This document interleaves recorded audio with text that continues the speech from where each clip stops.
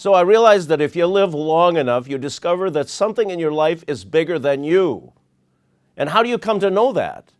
Well, all of a sudden something happens that's outside of your control that leads you to a destination you never thought about, and you say, wow, something in my life is bigger than me.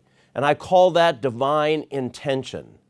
Each one of us has something that's part of us. I call it the soul, not just the body, that leads us to something that leads us to the reality that there's something in our life bigger than us.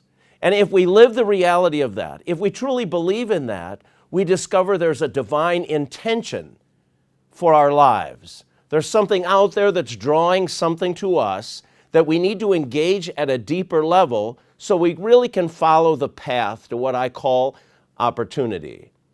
The sad part is, if you don't follow divine intention, you end up with divine intervention. And on October 23rd of 2001, I was knocked off my horse by divine intervention. Something that happens that you don't want to have happen. You wake up one day and say, oh, I should have been listening. I should not have been rushing so fast. I should have been more patient. I made that mistake, and why did it happen? Now look at where I'm at. It's like Paul falling off his horse in Scripture. Now, there's some argument as to whether there was a horse or not, but divine intention turned into divine intervention and knocked Paul into an amazing place where he had to reflect on the reality of his life rather than where he was taking the direction of his life.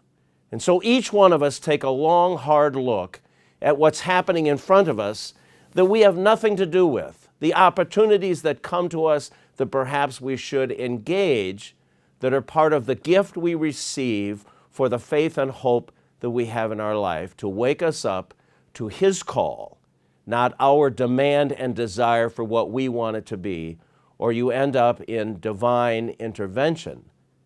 And that creates some pain.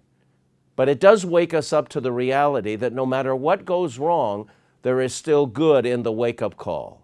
So my question for you is, are you following divine intention, or are you coming to divine intervention?